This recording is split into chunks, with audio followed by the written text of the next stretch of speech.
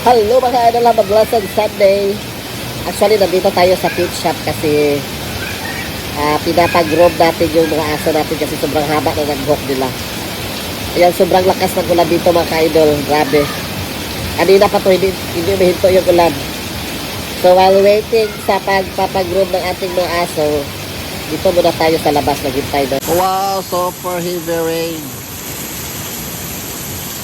Heavy rain.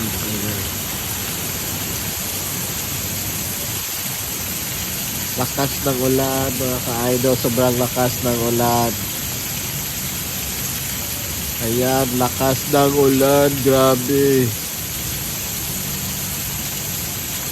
Nandyan yung aso natin sa loob mga ka-idol, ayan. Yan si Chloe, ayan si Chloe oh. Si Chloe, tapos yun si pinapaliguan pa si Roxy. Pa si Chloe. Ah. Nagpagwapa si Chloe.